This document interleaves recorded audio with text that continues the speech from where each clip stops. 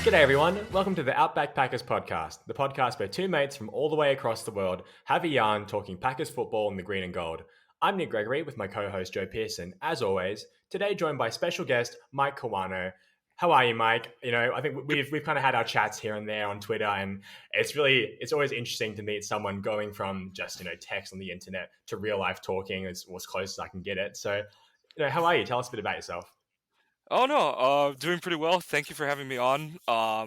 Yeah, been a Packer fan for like what is that? I gotta do math. 27 years now.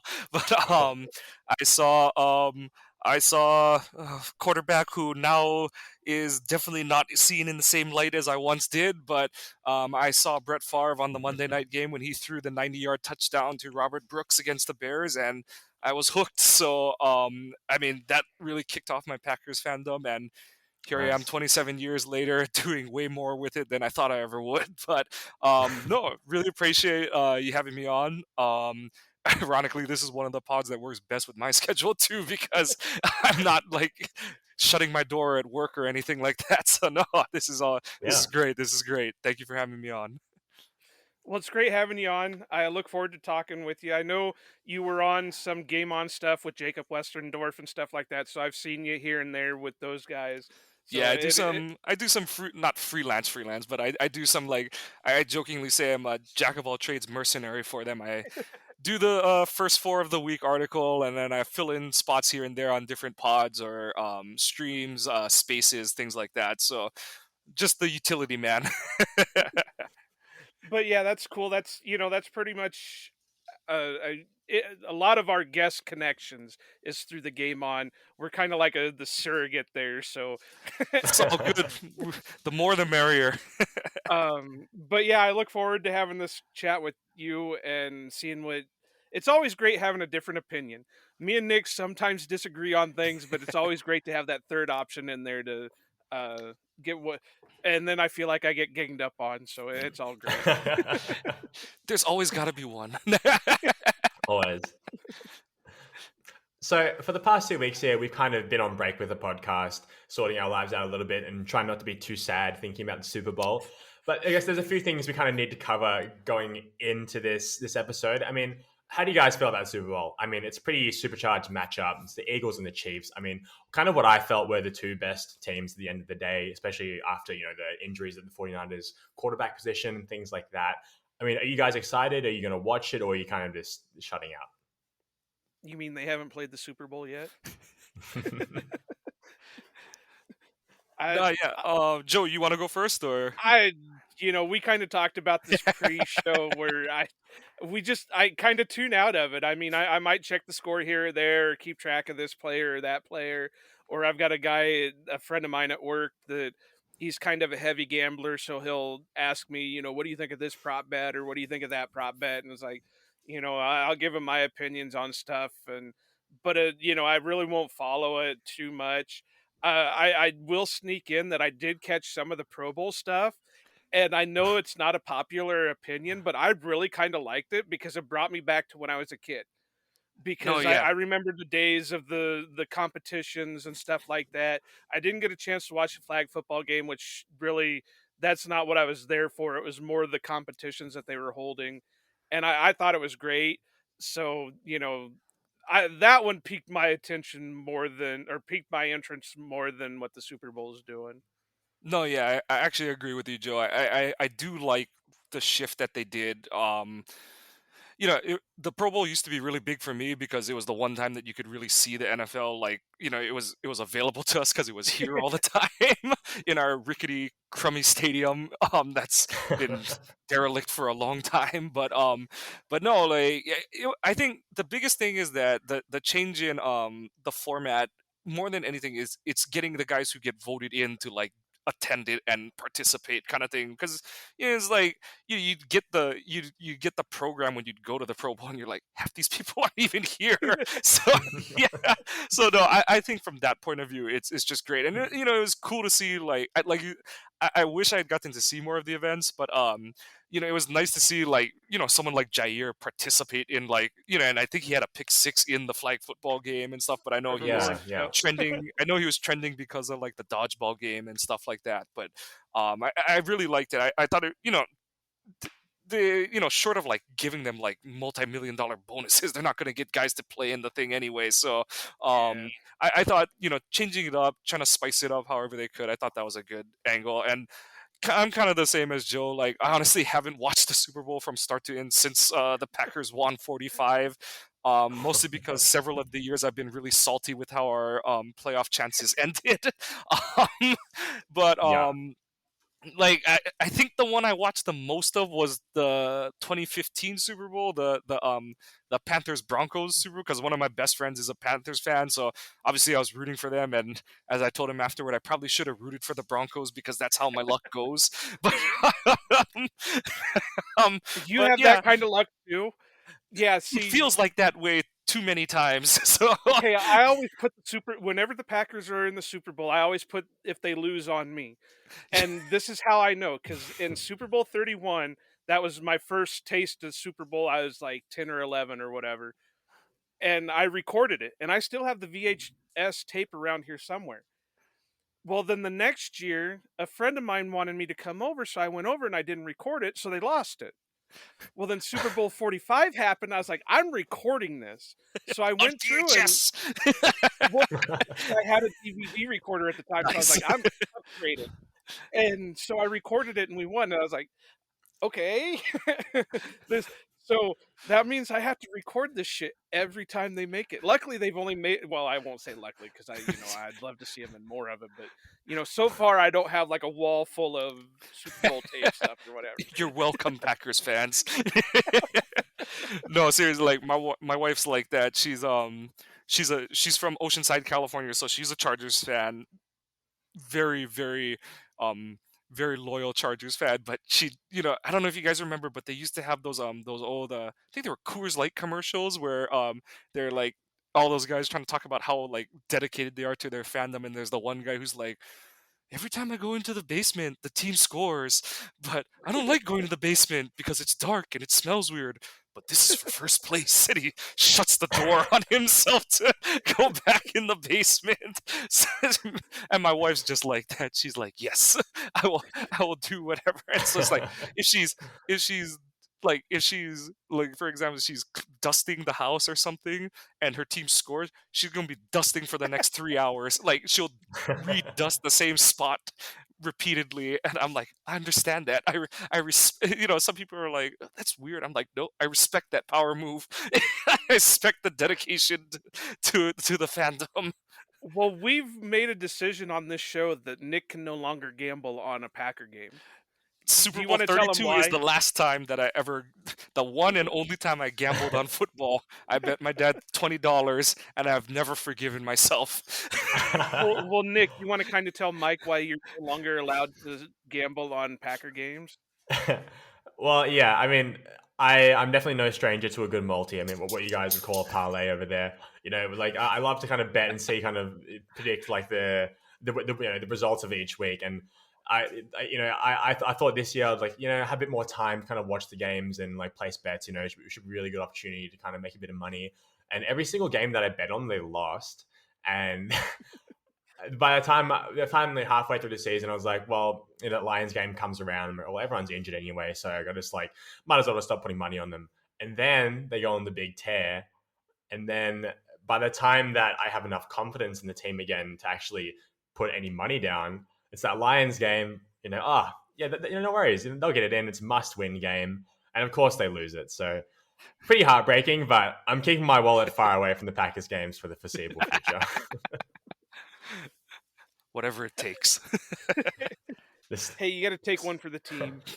We're all family here. We got to take we got to make sure we do what we can to get the Packers over that hump. Exactly. Everybody's got to do their part. And I know none of the guys here right now are shareholders, but if I was, it's every little bit that counts. Every little bit that counts.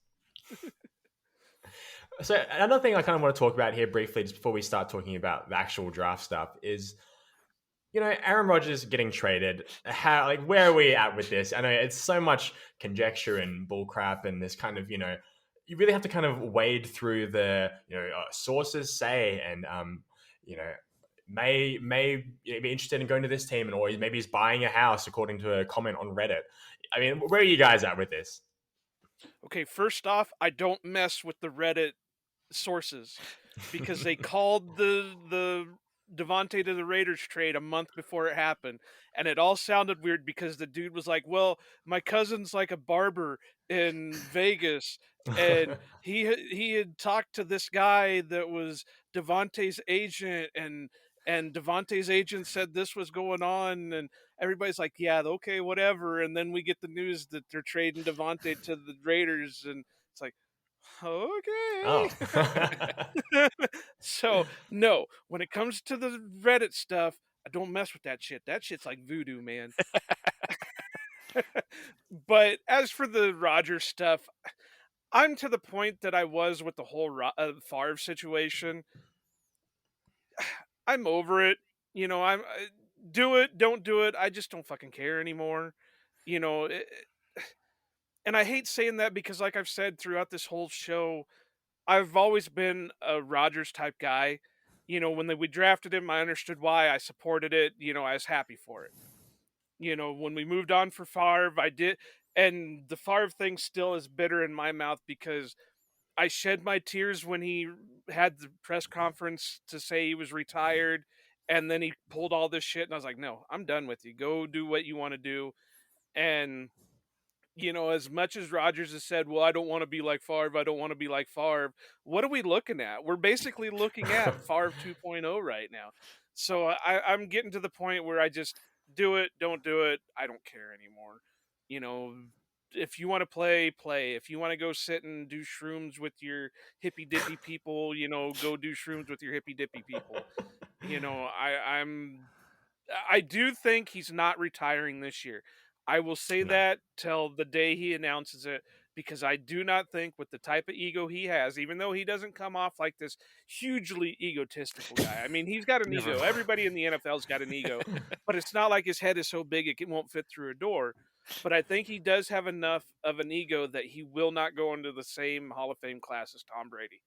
He's been linked with Tom Brady his whole career because of the GOAT discussion that I do not think he will go into the same Hall of Fame class as Tom Brady. So if Brady stays retired, then Rodgers will play this year, whether it's with the Packers, whether it's with the Jets, the Raiders. I hope it's the Colts so he flounders. I know that's bad to say, but you know. Um but whatever. I think he'll play at least one more year before calling it. And to be fair, he's always said he wanted to play till he was 40 years old from day one when they were like, "Oh yeah, well, what do you think your career is going to do?" And he said, "I want to play till 40. I want to play till 40." And so this coming year he will turn 40 in December, or this year he'll turn 40 in December. So I could see this 1 year being his last one. Yeah. No, Yeah. So you go. no. Oh, so, no, pretty much in the same boat as Joe. I We're I'm a agreeing little too bit much, Mike. I'm a little younger than Joe, so at the time of the Favre Rogers thing, so the Rogers pick, Joe, you'll like this one. I wanted future Hall of Famer Matt Roth to be the Packers' first round pick in 2005. Go Hawkeyes! No, but Hey, you he had a know, good career. but it's one of those where it's funny because at the time it all played out with Favre, I was like, well, Rogers knows what that feels like. He won't do it again. And here we, like you Yeah, said, no here we are, Yeah. 15 years later, and shit, he's doing it all over again. But I'm probably more on the like I'm over it. I'm manifesting a trade at this point to use the quarterback QB1's own terminology. But yeah, I think for me it's kind of like. And it's not even just like I don't like him anymore. I don't want to say I don't like Rodgers, but I'm tired of the attitude and stuff like that. And honestly, I think the signs are there that he's starting to slip this year. I know some people will say it's the thumb, it's the people around him, blah blah blah. But we saw him miss some throws that he makes in his sleep this year, and those kind of things normally don't get better with age. And I think you get the best return you can get for him. And, obviously, I like what I saw from Love this year, but I mean, the way that the roster is set up this year is there's enough to make the playoffs with either of them, but also if you have your trial year with Love, and if it bombs, and then you end up, yeah, and that's where I kind of get irritated with everyone like, oh, they're in cap purgatory and blah blah. They've already re-signed Elton Jenkins. That's the one that really mattered the most to me at this point. And then after that, it's like, okay, so if you trade Rogers, you start Love, you find out what Love is, you try to put a few more weapons through the draft around him, get some development out of like Watson, Dobbs, and stuff. But if he proves himself, great. If he doesn't, well, the team bottoms out a little bit, you get a better pick, and you work through that year where your cap situation sucks. So I don't know. It's one of those, I like knowing how the cap works and stuff, but all I really care is that when the year turns over, we're compliant and we haven't let anyone go because we Yeah, don't have no money, kidding. kind of thing. And that's kind of my Yeah. thought process on that. Yeah. Yeah, I was on the team that Rodgers should have been traded last year. And again, I think a good initial plan with drafting Love and kind of him eventually replacing him was pretty fine, but it's pretty hard to justify not re-signing the back-to-back MVP. And the front office is a very difficult position, so I can see why they didn't trade him. But I think his time is kind of even the rest of the roster is kind of just starting to like fully turn over, and the guys that he allegedly wants back are kind of also fading away. Guys like Randall Cobb, Robert Tunyon. Yeah, I'm pretty. I'm until something definitive comes out, I still think that he's playing for the Packers, but I hope that he gets traded just for the fun of drafting and seeing how he uses the resources, or draft another linebacker in the top 25. Whatever ends up happening, it's always just exciting as a fan when you get a new injection of talent. And Jordan Love seems like a really great guy, so it would be nice to kind of see that initial plan realized, and just get over with like the kind of like the drama, and whether we get to see Matt LaFleur's real offense, if that's even like an actual thing. Yeah, I'm ready for a change. Now, to give him a little bit of credit, he has said, hey, if you want, we can rework my contract. If you need to free up some money or whatever, we can rework the contract. I think if he does get traded, they will work out a rework of the contract. That way it saves, it gives him money. It kind of frees up the money from the Packers cap situation and all that stuff. But I'm, like I said, I'm done with it. Do whatever you want to do. I do think, and I know I make this joke all the time on like Twitter and stuff like that, but he needs to lay off the shrooms or the whatever he's on, because it seems like we started having problems when the shit with him getting hippy dippy he started coming out. You know, I it was hoping seems the haircut was all it was going to take, but Yeah, obviously that was proven wrong. yeah. and this is the only time right now that I'll agree with Eric Cartman from South Park. I hate hippies. Hippies. No, I won't say I hate hippies. I mean, I do, do what you want to do and stuff like that. And that's great that he's found something that he can be into. But when it starts affecting, I I shouldn't say affecting us as fans, because we don't need to have a say in whatever goes on and that stuff. They get paid the millions of dollars to build a team, to scout the team, do what they've got to do, and then the players make millions of dollars to doing what they can do. So it's all up to the but it really seems like he's hurting his relationship with the team and some of the players on that team.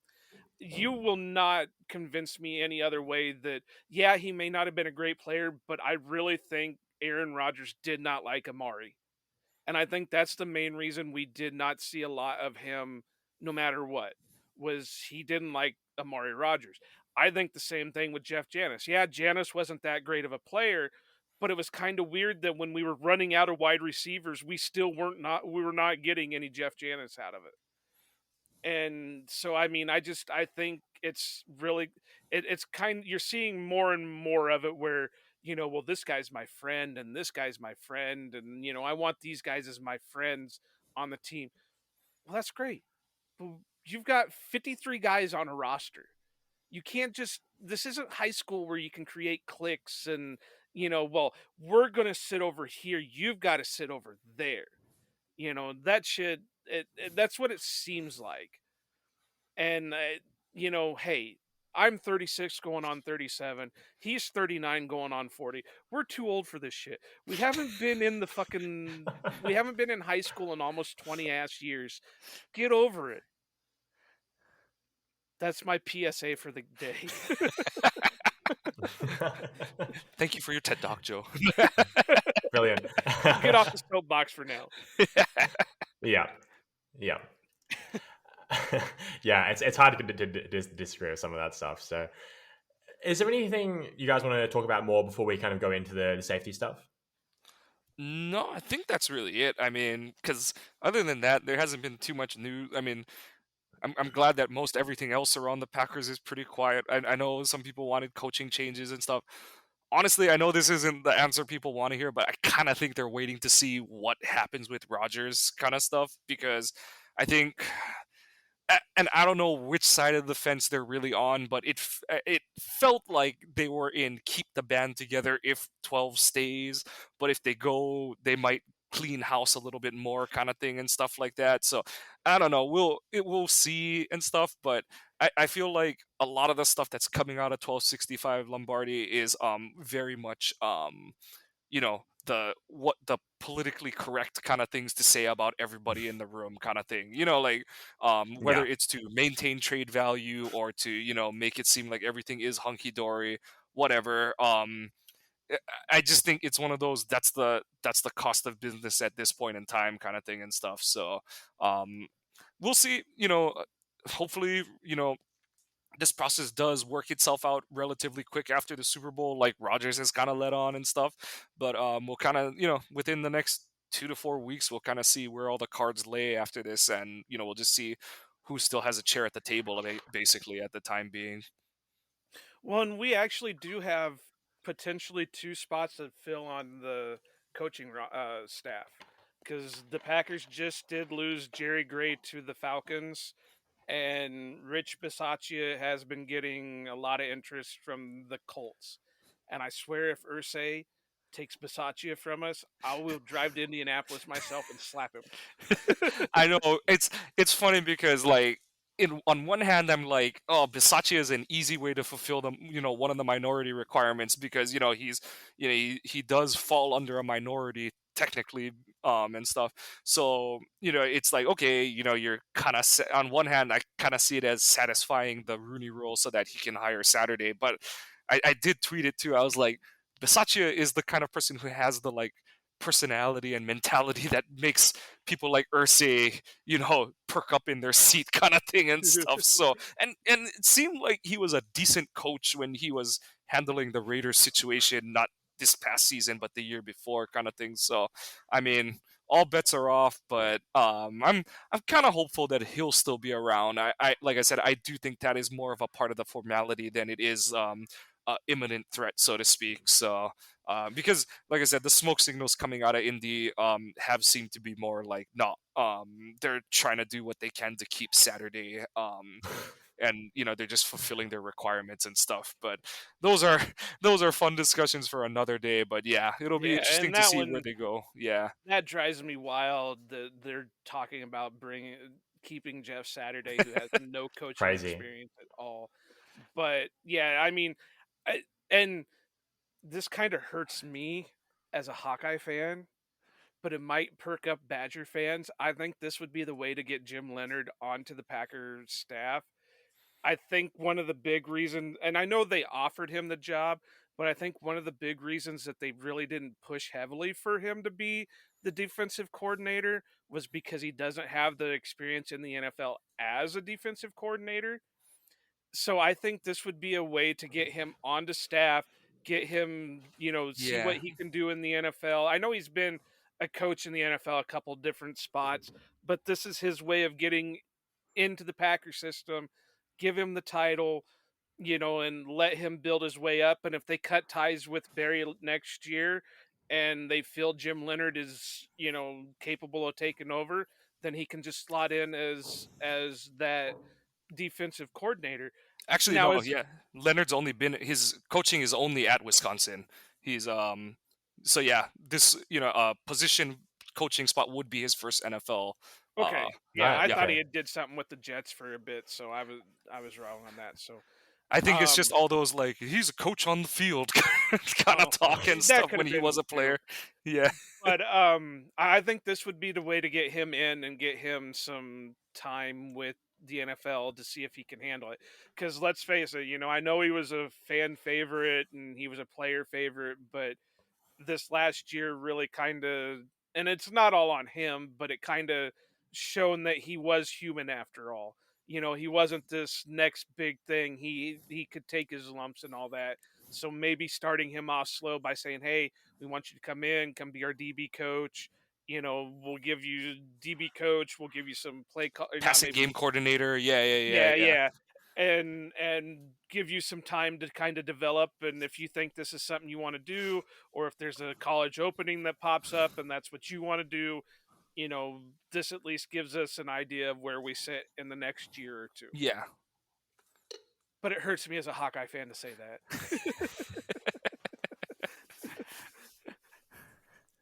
Yeah. Cool. So if you guys are happy for me to start this, we can go into kind of state of the team at the safety position. We'll have a brief look at what free agents are available. Yeah, I mean, if you, in short, the answer is literally nothing. So, it's pretty easy Really, there assessment isn't. there. I mean, Really, there yeah, isn't. I mean, what? The only one currently on the active roster for the start of the season is Darnell Savage. It's Savage and Carpenter because Carpenter is Carpenter, that's yeah. the other one. I couldn't remember him for nothing, but yeah. we don't really know what he can I'm do. still clinging on to the fender of the Savage train at this point. I haven't This, totally given up on him, but man, the safety room made all my preseason um blowing smoke up people's asses because man, they made me look so dumb after all the things. I was totally in. They need to extend Amos before this season, and wow, Savage is really? gonna have a bounce back year. Yeah, I just thought that he's just one of those like perfect bridge kind of players and stuff, and like. His game should age good, and man, he looks old and slow way too often this season. So, yeah, Yeah. not great, Bob. But it happens. It's and he could that's the thing with Amos's game is he could bounce back next year.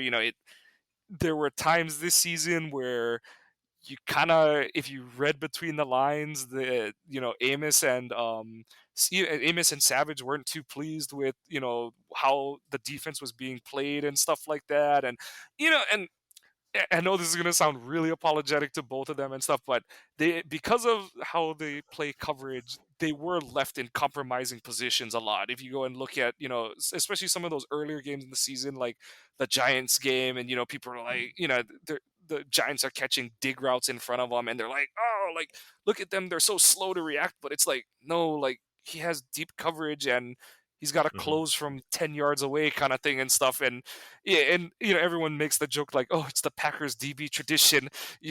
That's the palms up to the side, but it really wasn't their fault a lot of the time. But it's like we were kind of discussing before. It is one of those positions where it's hard to, without seeing the all 22 live and stuff like that, or knowing what the play call is. It's really hard to tell what is supposed to be happening on the back end because it's a position you don't see 80+% of the time on screen because our broadcast angle doesn't show the safety, and Mhm. the only time we're necessarily hearing it is because they've laid someone out, which doesn't happen as much anymore because of all the rule changes, or it's because they're getting toasted in the back of the end zone. So it's like it's a mostly negative feedback position, but you know, I do think like Ken Ingalls has kind of said where, because of how they're basically paying Amos to not be on the Packers this season, it almost behooves them to just sign him back and have a warm-ish body, and you kind of just hope that he bounces back after a rough year. Yeah.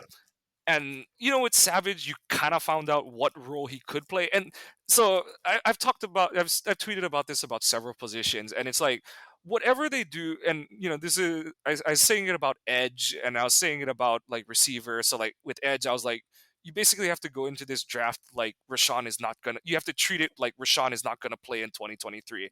And people were like, "What do Mhm. you mean he's gonna come back?" And I was like, "No, but that is what has faulted this team since the Super Bowl in 2010 is like they that was one of and I loved Ted Thompson. I thought I really thought the world of him after I couldn't understand why he did the things he did when he in 2005 when he first came back to the Packers. But um, that was the thing. That was I thought what always hurt him is that he only was trying to look for the guy across from Clay. He wasn't looking for the guy after Clay and that guy. And that's Mhm. where the best defense he had was the Super Bowl defense where he had multiple pass rushers but at different positions.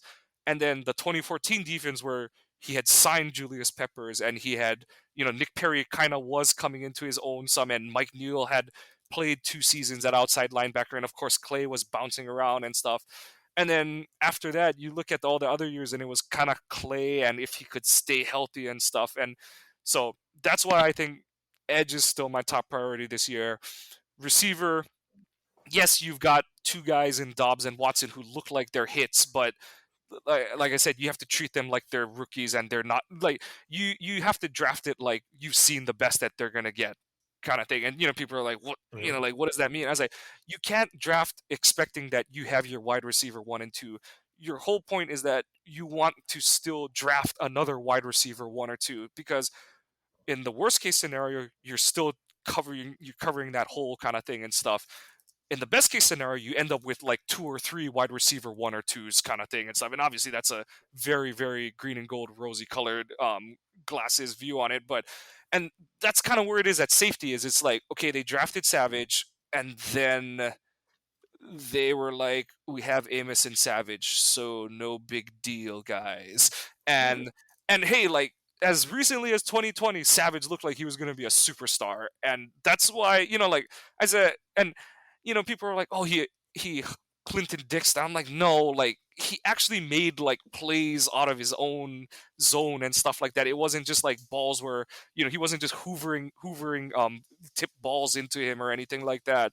So like I said, I still do think there's a useful player in there. I do think the thing is that he's more of a slot, and then you kind of open the can of worms where it's like, okay, do you have to start moving Razul to safety, or do you have to think about move? Do you flip a coin and do you gamble on Stokes' youth and trade Douglas, or do you keep Douglas because of experience and you move Stokes because he's still a relatively untouched ball of clay kind of thing and stuff. So those Mhm. are the kind of decisions that are kind of coming out of this offseason. But safety, it's easier because whether they bring back Amos or not, like Joe kind of said, they basically have Carpenter and Savage, and we kind of learned that Savage isn't like an every down safety this year, at least not in the way that Barry wants to utilize him.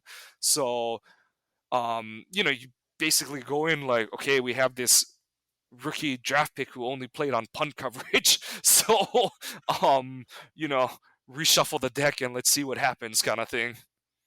Well, I Yeah, think no, you got to kind of absolutely. treat Stokes like you said with Gary because you got to remember Stokes is coming back from an Yep. ACL. So I think you got to keep Razul, whether it's make Yep. it transition him to safety or whatever. So that, but there's one guy on the roster that could be interesting to maybe make that switch to safety, and that's Oh, John I Charles. yeah, John. Yeah, Shamar. For some reason, I couldn't come up with it. It was right on the tip of my tongue, and I couldn't come up with the name. But he was kind of a ball hawk in college, and I, I, I'm really. It kind of bothered me last year that he wasn't seeing anything. And I know there for a while they had him listed with like an ankle injury or something, but they never really IR'd him or anything like that. So it kind of what's going on here with that. Yeah, and the return, the stuff we were hearing out of training camp this past season was that he was doing good, and it did seem Mm. like he was playing well in the preseason. And obviously, especially now, you're playing against a lot of guys who aren't going to make the NFL. But I thought he put some good things on film and stuff. But yeah, maybe more of a free safety role kind of thing for him and stuff. And that's the thing these days is we still use kind of dated, what I say is dated terminology at this point, between strong and free safety. Basically, both your safeties are free safeties at this point, and they they have to kind of do both. In the sense, I say more free than strong kind of thing, because part of the strong safety side is you want them both to be able to tackle. But if you had to pick between the two, you'd want them to be able to cover more than that and stuff. So it's become, as much as anything, with the advent of, like, if you watch games from the 2000s, it's a totally different thing, because nobody comes out of, like, base defense or anything like that. Nickel and, three receiver sets on offense were such a thing and stuff. It makes me think of those early 2000s Packers teams, and it's like, oh yeah, there was the year after Walker came off his big breakout year, and they're like, oh yeah, they have Javon Walker and they have Donald Driver, and they're like, and I guess they're set at receiver. I mean, they have Antonio Chapman kind of thing and stuff, and and nowadays it's like, who's wide receiver 4 kind of thing and stuff. So it just does One show how different the game is at this point, and because of that, how different defense has to be played to to counteract that. Right, and we still even use kind of old terminology just for the DBs in Yeah, general, because I mean we still call them, your slot corner and your left corner and your right corner and stuff like that. When so many times they're transitioning all around yeah, and nobody's just, I mean, you kind of hope that you could put, and Jair can do it, but kind of hope you could have a guy like Revis who has a Revis Island and stuff like that. But anymore, you really don't see that stuff. It's, they just, with most teams doing like some sort of zone, they just have their zone to cover. They don't yeah. follow a receiver here or there. But as we saw with the Minnesota game at Lambeau, sometimes you just got to put your best guy on their best guy and let Yeah. him gritty all over him. What a So, shame. What a horrible but display for the children. kind of on that note, I loved how I kept seeing on Twitter where Justin Jefferson was trying to teach the Blue Man Group how to gritty at the Pro Bowl. It's like, do I really want to cause a stir or do I just want to let it lie? Do you want to cause a stir or let it lie? And I just let it lie, but it's like, Jair did it better. Yeah. But that's a whole other subject too. So we probably, I, as for the position on the team, it is, we need as many bodies as we can get. I kind of agree with you that safety is probably that it. I put my needs in tiers, and safety is definitely tier 1. I probably put that above edge just a little bit because we at least have a little bit of more bodies at the dev position, at the edge position, than we do at safety. But I would throw tight end there over wide receiver. Wide receiver would probably be number 1 in the tier 2 uh, position, but you know, safety, and I was talking with another guy. Um, this safety class this year is kind of weak. I Yeah. mean, there's guys in there, but, and me and Nick have been fighting about this for like the last 2 weeks, going back and forth, and uh, uh, not Twitter, text. Jeez, I'm not thinking at all tonight. It's all good. Um, but some of the guys that they consider round 1 guys, I don't think would be round 1 guys if this was a stronger safety class. No, And it's definitely one of those years where I do think Branch would be in first round consideration regardless, because he is a very well-rounded prospect and stuff, but I don't know if he would be getting mocked to Green Bay at 15, basically, in Mm, a for sure. different class kind of thing. I do think that is a reflection of um what the talent is and stuff like that. And yeah, and I agree with you, Joe. Like, so it's definitely a tier 1 need for me, but in terms of where we're picking right now, if we don't get to move back kind of thing, I would still pick an edge or an offensive tackle at 15 right, over a safe, for that very reason that we're kind of talking about. Like I said, I do like Branch as a prospect, but I don't know, like, unless he runs like a I 4.3 or know. something like that, it's one of those where I don't think that he's quite worth the top 15 pick there kind of thing. Mm, Jacob and I, we were joking about it because we were both Trevon Merrick guys when he came out a couple years ago in the draft, and so we're like, yes, yes, we know that Waller has been linked to the Packers a lot and blah blah blah and all that kind of stuff. But I told Jacob, I was like, I would take a first Waller and Trevon Merrick and not worry about any other picks after that because I said that's worth more than a pick because I was like, at least I know Merrick can play in this league kind of Right. thing. Yeah. And it's like, like, and people are like, oh, but he only has 2 years left on his deal and you're gonna have to pay him. I'm like, well, $50 million, $60 million is coming off the cap. So and the cap is gonna jump next year. It's gonna jump a lot. So I was like, it's fine. It's gonna take care of itself, kind of thing and stuff. But that's kind of where yeah, it's hard because it is definitely a big need because they're kind of right back where they were coming into that 2019 season where they signed Amos, but unlike that year, they don't have the cap space to go and sign for mm, big free agents like that and stuff. But that's kind of the dicey part of where they lay kind of thing and stuff. But yeah, I know it's interesting because between this draft and this free agent class, there's actually some names more in the free agent class that I'm kind of like, those are kind of names that might, they might make it to that, third, fourth day, maybe second week of free agency that, you would potentially go and grab that guy in free agency for, not a huge deal, but like, like I said, like a second week of free agency deal and would be a mm, good, like I said, not the only move at safety that you make, but it's part of the solution kind of thing and stuff. So, it's mm, obviously Jesse Bates would be the pipe dream kind of thing, but I think someone is going to throw the bag at him. But you've got guys like what's it called? Mike. Oh crap! Of course, this is great. This is great, great reporting by me. Mike Edwards, who was on the Buccaneers, he was, you float around Bucks Twitter and they kind of say he was their best DB at times and stuff. Depending on how healthy Antoine Jr. was.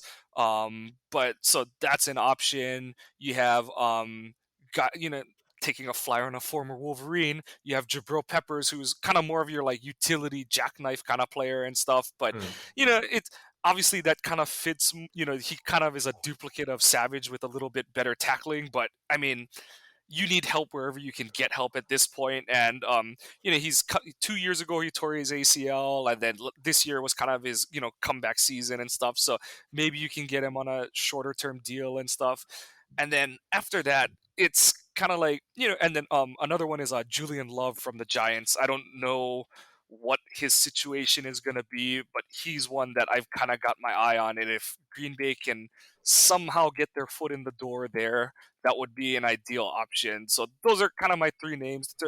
Young, going on to what would be their like second contract kind of play. So basically where Amos was coming out of Chicago, and and you know like I said, yes, they're over the cap right now, but they're gonna do, whether it's conjunction with the Rogers trade, they're gonna move, money around.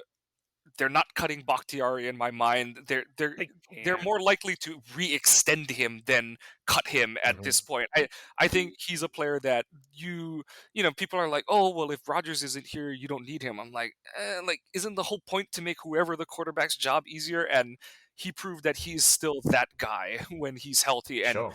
he really was healthy this season, other than when they tried to get too aggressive with his knees. So it's like I think they're going to be able to not be big players in free agency, but they're going to be able to make enough moves around in that like 5 to 10 million. They're going to be able to sign a couple guys in that $5 to $10 million range, and kind of that should be enough to get you a guy who could start at safety, but and you're kind of gambling that he could become a starter, and you're kind of buying low on a guy like kind of like you did with Amos, like I said 3 years ago or 4 years ago. But at the same time, it's not your only option. They signed Amos and they drafted Savage that same year, kind of thing. So Mm. hoping to see something like that, but obviously it's not going to be as easy as it was back in 2019 because the difference in the cap situation this time around.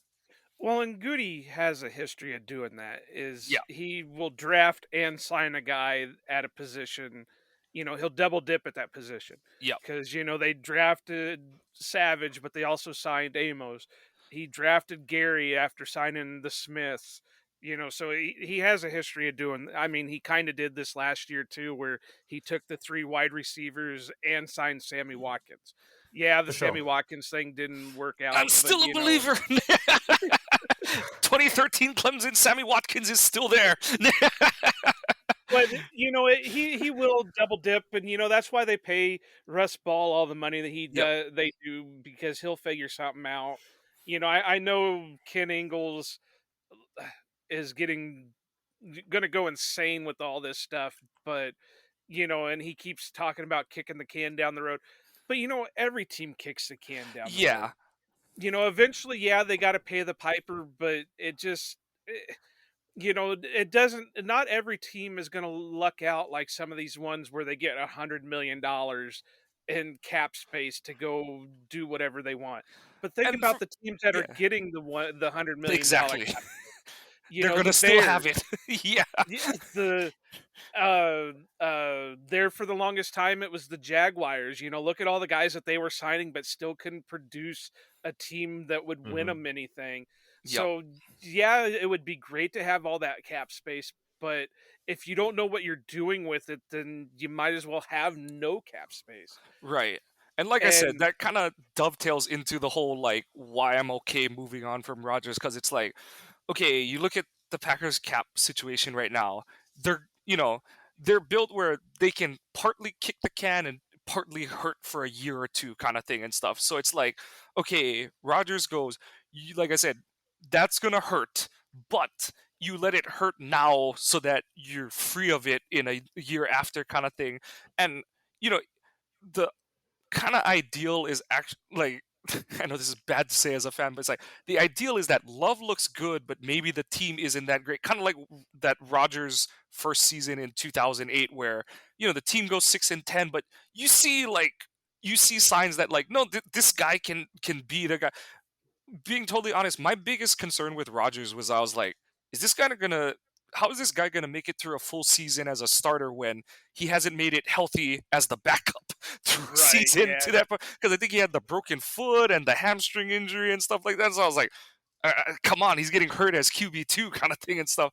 But I was like, okay, like I think the '08 season he played with the separated shoulder and stuff like that. But long story short, the whole point I'm trying to make is I'm like, yeah, and I agree with you, Joe. Is like that's why Russ and Goot are paid the big bucks is to like figure out how to make the money fit. And no matter how much any of us on the outside reads about contract structure and salary cap rules and all that kind of stuff, they have 20 more moves to finagle money out of the space and stuff like that.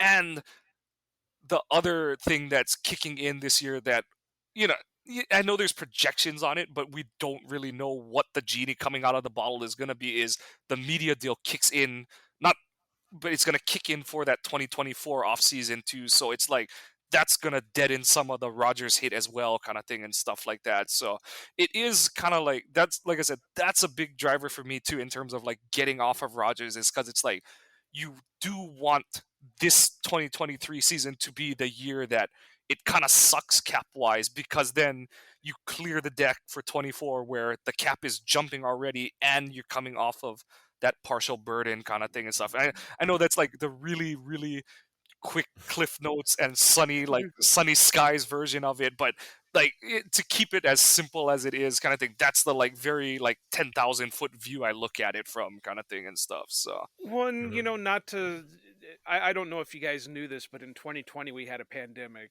and you know, I don't think anybody was prepared for that and the kind of downfall in the cap that that happened. So yeah, you're gonna get the YouTube money, you're gonna get all this other money coming out for the media stuff. So yeah, I look for the cap to jump Hmm. tremendously. I think the number was even bigger that they announced than what a lot of cap specialists were expecting it to be for this year alone. yep, So, but what do you think? You guys ready to jump into some prospects? yep. Yeah, for Why don't you sure. do your job, Nick? Jeez. No, I got something. kind of to bounce off what Mike was saying about the uh, you hope that the Packers show enough, but you would still want them to only go like six. I was kind of, just between the three of us here, just I was kind of having a weird thought yesterday. I was like, man, when was the last time the Packers had the first pick in the draft? Wouldn't that be something that the Packers could come up with the first pick in the draft somehow? And I was trying to think, well, I don't want them to do badly. So is there a way that we can trade and get the first pick of the draft? Because I don't think in my lifetime I they've think ever. I think the only time they've had the first overall pick was when they took Horning, and even that was kind of that there was some weird like half lottery or something that, like, I know they were bad that year, but there was also something that kind of helped them get that pick, if I Yeah, recall correctly. There's a couple like mechanisms around that kind of. I think it was something where, like, if the team that should have the first pick had the first pick, they're like booted to the back of the line or something like that. So yeah, something like and that. But I do believe that's the only time we've had the number one pick in the draft kind of thing. I think the highest pick they've had in my lifetime would be the Tony Mandarich third overall. Other than that, it was probably AJ Hawk at 5. But I was having that thought yesterday. I was like, man, how is there a way that the Packers could still get number one without going 0-17? But yeah, we probably should get going into some prospects here because that's what we're all here for, is to do Allegedly. our draft talk. So, kind of like we said earlier in the episode, it is kind of a funny class. It's, it seems like the more and more I kind of like deeply look at these prospects in this year, it just seems like, that second tier drop off after the top 10 is really kind of just like a mixed bag of pick what you like. And obviously there's still guys who are better than others, but in my opinion, the picks from like pick 20 to pick 60 to 70, you could really argue that any of those guys are kind of reaches for the value, especially at 15, such a difficult position. I feel that there's kind of only one safety that I think deserves to be in the first round, unless you guys want to add anything else. But for me, that's Brian Branch out of Alabama. He kind of projects as, for us, he would kind of do a lot of the similar things that like Adrian Amos does, but with more upside as like a nickel corner and kind of helps solidify that kind of middle of the field. Fantastic tackler. I mean, he's a guy who very famously, his whole college career only missed 4 tackles. This, very like solid player, and we'll kind of see what happens with the combine as far as upside and things like that. But I think he's a guy that could come in relatively plug and play as much of that as possible, and could just be a solid starter, ideally within his first year for the Packers, in a position where we have basically no one. I want to put a disclaimer here that, like Mike kind of mentioned earlier, we were talking about this before we started recording. The safety position for me is like the my least liked position to try to evaluate, just because, even when you're watching them on the all 22, it's hard to gauge how they're doing in their job, because if they're playing deep safety, they're just trying to make sure nothing gets past them. Well, a lot of times when they're playing deep safety, you see a lot of the drop off passes and the stuff like that. So it's hard to gauge what they can do. So there's my disclaimer for when I come into saying I don't like Brian Branch. I mean, I see what there Wrong. is to like about him. He is a tackling machine. Of course, he comes from Bama, so he's got the pedigree and stuff like that. But when I did watch him, the one thing that kind of came to me was, and this would ease my mind a little bit once we get through the combine, but he didn't look fast. There were a lot of times when if he's playing deep safety, there was a lot of times when a receiver would get by him, or even when he was playing the slot, if the receiver started to go by him, he immediately started grabbing and, tugging and pulling. And it's like, bro, you may be able to get away with that in college, but once you hit the pros and start dealing with a lot of these veteran wide receivers, you're not going to get away with that. So I don't know if it was because he was slow of foot. I don't know if it was just a scare mechanism that, he learned early on that, hey, I got to grab these guys and got to get moving and whatever. But I didn't like that because, like I said, once you get in the pros, it's a completely different situation. The other thing and this one, it's kind of hard to gauge because obviously he's not going to be a pass rusher, all the time. But the moments when he was asked to be a pass rusher, I thought he was too hesitant, which is weird considering he is a tackling machine. But there was too many times that he was dancing around. He instead of like shooting the gap or cutting around and bending around the tackle or whatever, he was trying to ballroom dance with the tackle. And it just, okay, well, that shows me that, again, maybe he doesn't have that speed that he can cut around the tackle or he can shoot that gap. So that's my biggest concern with him, is some kind of speed with him. Other than that, yeah, he's a tackler. Yeah, he can do this. I think they were even saying he was a bit of a ball hawk too. So, if he can go to the combine, show me he can at least run like a 4.45 or a 4.5, okay, great. But I have a feeling he's going to go to the combine and run like a 4.6 or a 4.7. And even though that's still fast, I probably can't do a 4.6 unless I'm driving my fucking car. So, so I mean, it's fast, but when you come down to it, and you got guys like Christian Watson who's running, 4.3s, and you've got the Tyreek Hills and the guys like that, and you're playing a position where you're wanting to not let anybody behind you. You've got to have a little bit of that speed. That's why I love Darnell Savage coming out, because it seemed like he could play all over the field, and he was a legit 4.3, 4.4 guy. So, I know I may be in the minority here, but I really, unless he falls to like the second round or the dreaded third round, I'm over it. I'm not the biggest fan of Brian or the other Bama Battle. safety battle, but Oh. I think he's ranked a little bit lower than what. He's more in that day two, mid to late day two range anyway. Yeah. Yeah. So, Mm. um, as for first round guys, with this being a weak class, I'm not really seeing much.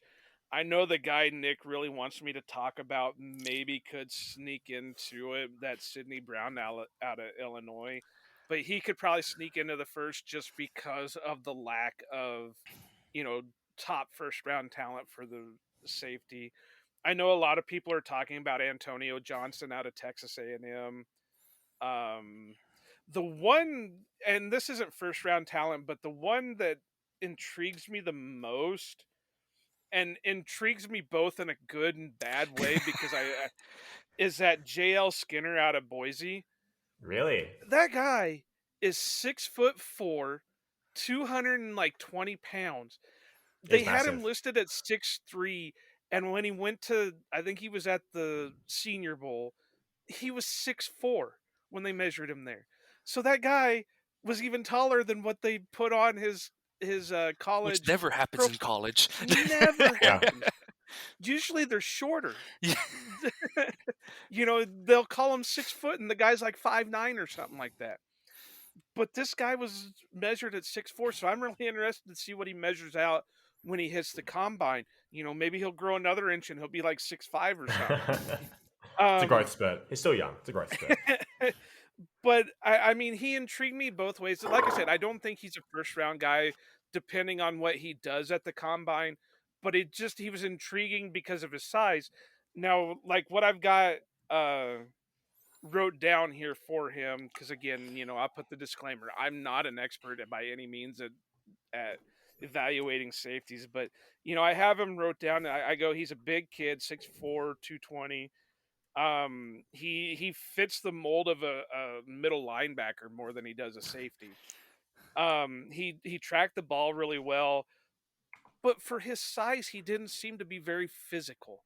Now, I know that's going to sound weird because I just talked about how Branch was a little bit too handsy and all that, but it was like this guy was a little bit more afraid to make the tackle. When it came to it, when he could lay a hit, he would like throw his hands up and maybe shove the guy or whatever. and he was avoiding contacts. Like, dude, you're bigger than most of these wide receivers. Make the hit. Um, so I really, I just, I, I'm intrigued by the size, and he did have some solid plays, but I really worry about the physicality, especially for a guy who is basically a linebacker in a safety position. So, I'll talk about a couple more guys here, and then you guys can throw in your 2 cents. I will talk about your guy, Nick, Sidney Brown, because I do have a long list here. He was kind of that all-around safety. He could play in the slot, he could play on the outside, he could play deep. I love that type of guy, and that's a good guy to have. But they did have him play out of the slot position a lot, which, you know, if you're keeping Savage and Savage's role is a slot, then you're not drafting another slot guy. But again, he played all over the field, so um, he had a lot of bulldog in him. I have that specifically wrote down here. He had a lot of bulldog in him because he was not afraid to mix it up. I mean, unlike what I just said about Skinner, he wasn't afraid to get in there and make a hit. He wasn't afraid to get in the pile. He wasn't afraid to get in the scrum. Um, he seems to track the ball well. He had a lot of good production. Now this goes again with what I was talking about Skinner. They have him listed at 6 foot, but when I was watching him, I was like, this guy's got to be only like 5'9", 5'10", or something like that. Because I just, um, Sorry, guys. sorry, It's all good. but anyway, and there were occasions. The reason why I brought up the height thing is that he could get out physical. If it was a bigger receiver or whatever, he could get pushed around with it. Um, there are two others that I got that I'll talk about. I mean, I got a list of three, but my favorite one here that I saw was Chris Smith out of Georgia. He looked like he had a lot of speed. He tracked the ball well. He was a willing tackler. He had good instincts. You could tell he was gonna, wherever the ball was, he was gonna end up.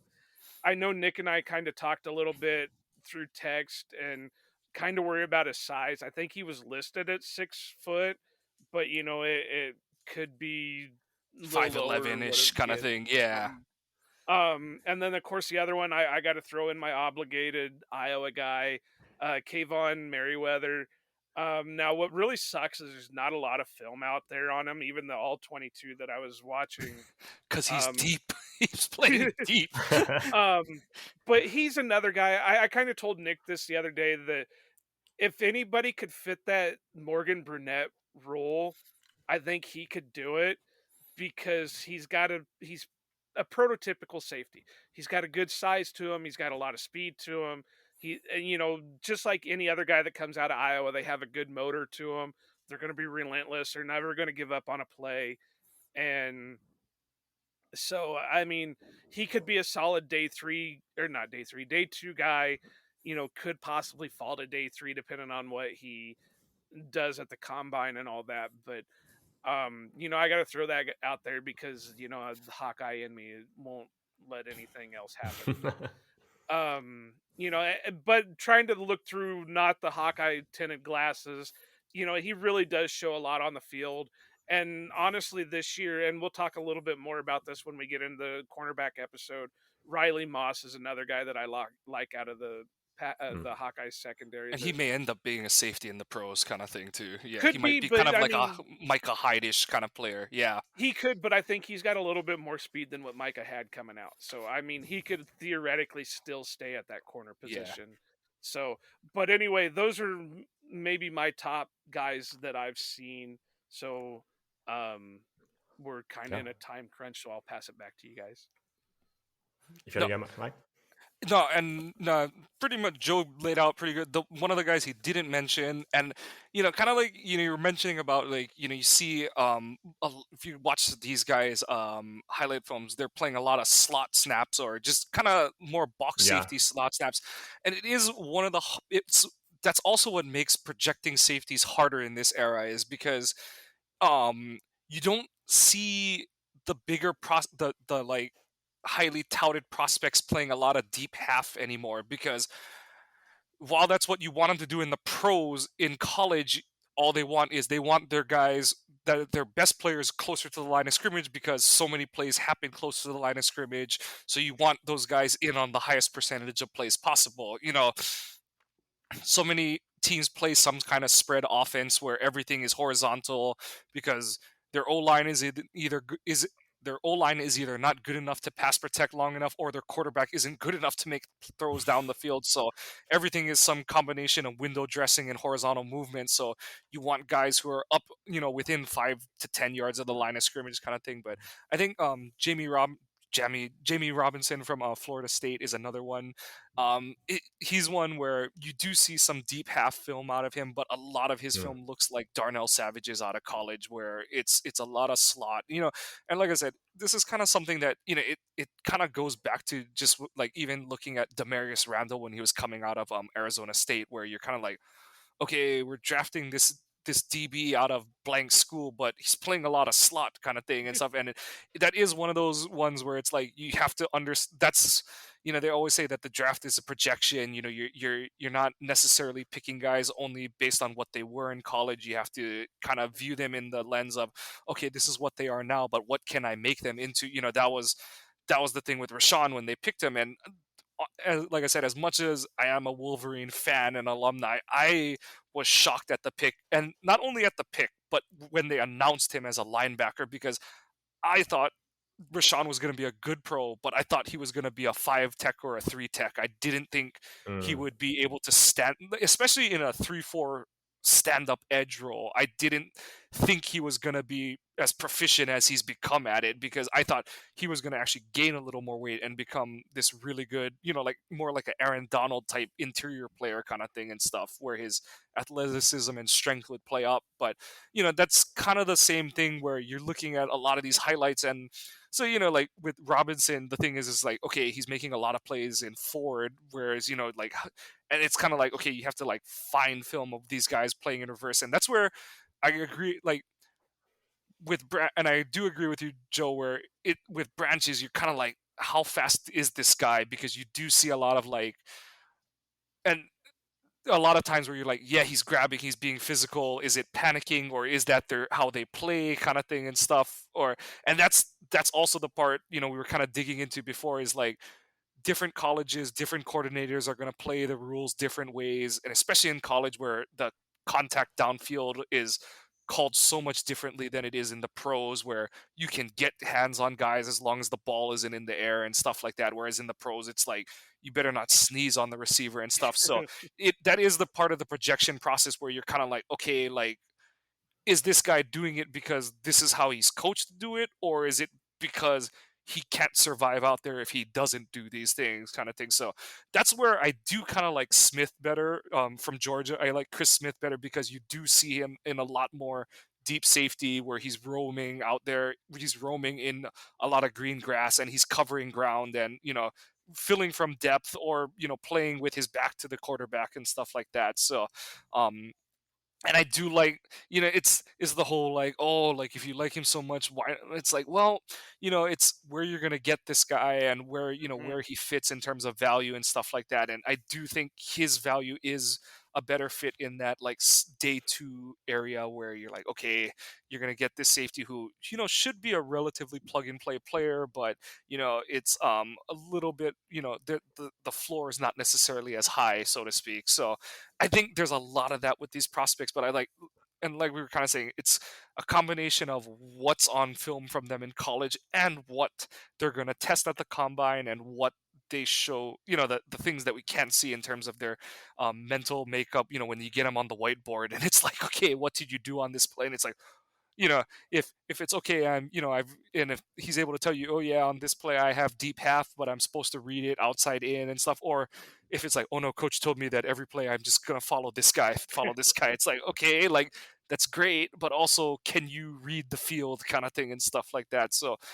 that's the part of it that unfortunately none of us have a good look into, but it's always the part that I'm kind of curious when hear afterwards where it's like, oh yeah, like and I don't buy into the Wonderlic like Rashawn. That was one of the things that people were like, oh, we picked a dumb kid kind of thing. I'm like, he's dyslexic, like give the kid a break kind of thing and stuff. Like, Yeah. so but it's one of those where it's like, yeah, I want to know, can this guy like and that's not to say there isn't a role for guys who can only play like one assignment. Like there's definitely roles for those guys. If that guy is just really good and you can tell him like go cover this guy, fine kind of thing and stuff. But to have higher aspirations, I want a guy who can think out there and play. So that's, like I said, it's hard to discern that from film, but that is kind of the part of it that I wish I knew more about what's getting said in like interview rooms and stuff like that. But I do think that is a heavy part of the projection that's not going to be as apparent to a lot of fans. And, it does leave the whole,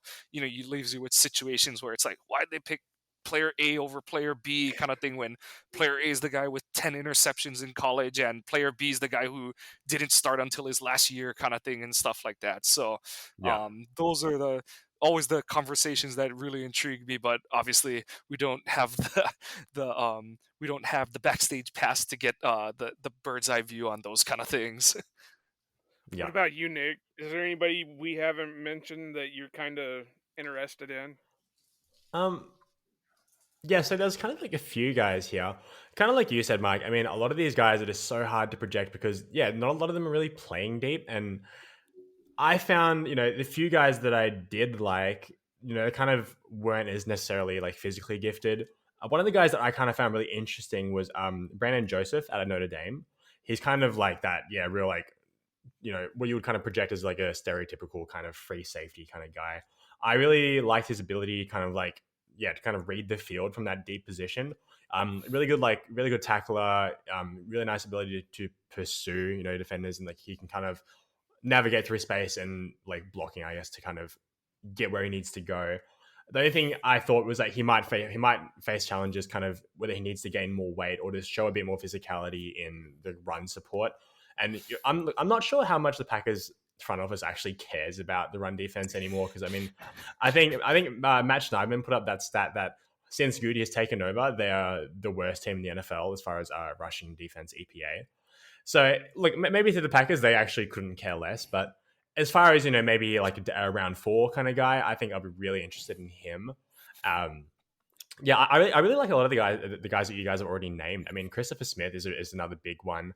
As far as like a more underneath boxy kind of guy, I really like J.A. Brown out of Penn State. I really like his frame, and I love the way that he plays as well. I'm just not sure how I feel about him in second round, but I think he's a really great player. Jordan Battle, like you guys already mentioned, I think he's super intelligent, and I would love to see him on the Packers on day 2. And look, I have to have a little 1 minute talk about Sidney Brown out of Illinois. I mean, he was kind of one of the stars of the Senior Bowl, and I think he's one of those guys that will, if he tests well, I mean, you could see him as kind of one of these guys that, like Joe said, sneaks into round 1 in mock drafts or whatever. I'm not sure about necessarily a round 1 quality player out of the box, but he has the physical tools. He's a really fantastic mover. Just like really, really natural and really oily hips. I think I love the way that he just like kind of navigates. The way that he navigates secondary. Really, I mean, he has kind of the ability to do everything. I think it's just a matter of kind of refining that and translating it to the NFL. Something I kind of struggled a lot with a lot of these prospects is kind of the sense of progression and improvement across their college career, because you know like you said, Mike, we're hoping for things that happen in the NFL, not what they did in college. So that's kind of one of those things that I struggled a little bit with him. I didn't see heaps of improvement in his time at Illinois, but it is a guy that I would love to see on the Packers, just for the physical tools, and I would honestly be happy with him at pick 45. Yeah, I think Yeah, he reminds me of like a more athletic Rudy Ford, basically. Like you're gonna get that kind of like a junkyard dog kind of player and stuff. And Mhm. yeah, and I think the other thing too is like not just like where guys are used, but just college. There's a lot more space on the field because the hashes are wider. So like when teams set up for plays, like to the field is like out there kind of thing and stuff. And so the angles guys are playing, if guys can play the angles good in college, that means they're really going to be good at it in the pros, because if you're closing from depth in college, you're coming from almost across the field in certain scenarios and stuff like that. Yeah. So yeah, it's going to be, I think the thing for Brown, like kind of like Joe pointed out, is it's gonna be how he times versus how he measures physically kind of thing. Like that I think is gonna, because if you watch him on film, and that's like you said, Nick, it's hard to project how much he improved, because I do think he just is a very instinctual player naturally. Like he's naturally Mhm. instinctive. He reads the field really well and stuff. And I think more than anything, he's just gotten like stronger kind of thing. And so like I don't know if it doesn't necessarily show that he's making more plays kind of thing, but he's making them more efficiently because he can tackle better or Mm. move better and things like that.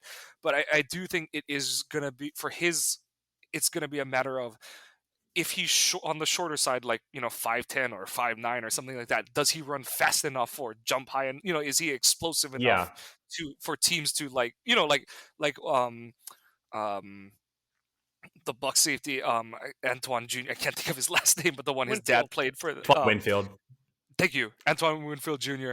Like, like, okay, he's a good enough, like he's a explosive enough athlete that we don't care that he's 5'8" and change or whatever kind of thing and stuff. So Mhm. it's gonna be that, and he was a late second round pick, so it's Yeah. gonna, or early second round pick actually, but it's gonna be that battle for him, where I think what's working in his favor is, okay, even if he's short, he's got college production and the instincts will play up kind of thing. But yeah, like I said, if he runs slow and is short, that's going to tank his stock. But if he runs in the low 4.5s or the high 4.4s, he's going to be in that round 2 discussion. And Mm. yeah, it's just one, like, I think the big thing, and so like Joe pointing out Merriweather from Iowa, I think the thing that helps in his case is you've seen him do a lot of and your guy and Brandon Joseph, is you see him play a lot of deep half, and obviously Smith at Georgia, is you do see them do everything actually kind of thing. But Merriweather in particular, because it's that Iowa system where it's like you're gonna see cover four. We're playing cover four, and we're not coming out of cover four no matter what happens, kind of thing. You see Merriweather play from a lot of depth, and yeah, like he might not be anything more than a round 5 pick, but I think it would be a really good investment or a round 5 pick, because at absolute worst, you're gonna get a good special teams coverage guy kind of thing, but Yeah, for sure. he does have balls, like I don't know what's in the water in Iowa, but I mean, even Josh Jackson, who didn't amount to anything, he had ball skills kind of thing and stuff. So it's like Merriweather has shown the ability to tackle and stuff like that. So it's like, okay, like you've got two of the bigger things that you want your safety to do. And okay, maybe he doesn't test as well, but there's roles that we can still use him in and things like that. So, to me, everyone's like, oh, does this safety have to be elite and stuff like that? I think Joe's kind of knocking it on the nose with Branch, where it's like, okay, like how much you like him is going to be like, okay, we've seen him do a lot of different things. We've seen him do a lot of things well, but the thing that kind of knocks where his like ceiling is in terms of a round 1 prospect is, how athletic is he? Is he more athletic than he looks on film, but he's just playing physical because that's Bama's system, is to just beat opposing receivers up? Or is he actually, like Joe said, is he actually a 4.6 guy? Is he haha, a more physical version of haha, where it's like, okay, he's a 4.6 guy, but he's smart and he plays angles and all that kind of stuff, but it's like, okay, then that guy is not as enticing of a first round prospect to me, kind of thing and stuff like that. So it's Mm. it's that, that's the thing, is like, I didn't think that I would be in my 30s when the Packers would take an inside linebacker in round 1, but it's like, okay, at least um Quay is the kind of athlete where you're like, okay, well, fuck it, he can do anything. Like you can tell him to rush from the edge on one play, you can tell him to cover the tight end the next play, you could probably tell him to cover some slot receivers on the next play kind of thing. So it's like, okay, Mhm. like at least I'm gonna get, at least, that's the thing that I kind of say with a lot of round 3 picks, is like, give me a guy who can do something really well, and at the very least, just pick really good athletes and see if you can teach them to football. And that's the thing with DBs on day 3 for me, is it's like, okay, at least like just give me the guy who can run really fast. And like it's the Sam Shields thing for me. It's like I don't know if he can. I don't know if how good he is in coverage. I don't know if he can catch the ball or whatever. But it's like I know he can run a 4.3, so no one's gonna get behind him, kind of thing. And he turned into one of our best cornerbacks of the past decade, kind of thing and stuff. So it's like those are the kind of guys. And it's like on offense, it's like they should pick an MVS every year and on day 3. It's like screw it, just pick the guy who's a 9 RAS or whatever, whatever the actual athletic composite grading thing the pros use, because Goody, and it's true, they don't use RAS, they don't know what it is, but they have their own They definitely have whatever, something. Yeah. whatever their version of it is. Pick the guy who's off the charts, kind of thing. And MVS, Yosh Nijman, Sam Shields, like just take those guys and see if you can teach them to football. And that's kind of my attitude on day 3, kind of thing, is just like, screw it, just take the best athlete and see, at worst you should have a good special teams player, but best case scenario you get Sam Shields, kind of thing. So that's kind of where, and they kind of did that with Carpenter last year. He's like, he's kind of in that sort of like, he's kind of like JL Skinner, where he's a bigger guy. He's like 6'3", 230, I think, Carpenter, or 220 or 230. And it's like, okay, he's a pretty good athlete. So it's like, let's see if he can do the things we want him to do and stuff. So that's kind of where, like you said, there was that cutoff after, who we kind of listed as our day 2 targets in that like sweet spot range. Everyone after that, it's like, just get the guys who are the best athletes and see if they can, be coached up, kind of thing. All right, as we kind of wrap up here, I want one name, no explanation, no nothing. Who is the one guy that you want? This is for all of us, that you want the Packers pick for that safety position.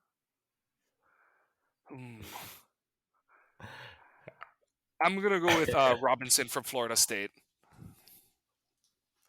What about you, Nick? Yeah, I think I've already made it quite abundantly clear who my pick is, but I would love Sidney Brown from Illinois in the second round, probably not the first. Well, I know everybody's going to expect me to pick Merriweather out of Iowa, which I probably would, but I really like what I saw out of Christopher Smith, so that's probably who I would go with. And yeah, is there anything else you want to talk about before I do the outro here, Joe? Do you got anything that you need to pop, Mike, or No, just I want to say thank you for having me on, you guys. It was a lot of fun, and I look forward to talking about everything with the Packers come draft season and next season, wherever, or it's probably going to be sooner than that based on what QB1 is saying, that he's not holding the team hostage. So excited to kind of get whatever the winds blow our way. I'm happy to talk about it when it comes our way. Well, we'll probably have you on more since your schedule kind of matches up with our recording schedule. So you'll probably be our go-to guest when we need somebody to step up. But Sounds good. We appreciate you taking the time out and talking safeties with us. And like I said, we've got a lot of things in the works and a lot of things planned that we'll probably be reaching out and being in touch here pretty soon. Absolutely. No, looking forward to it, guys. Yeah. As always, guys, you can find us on Twitter. You can find Mike at Kawano Mike, myself at Nicholas GRGR, Joe at Iowa_Joe86, and of course the podcast at Outback_Packers. Until next time, see you later.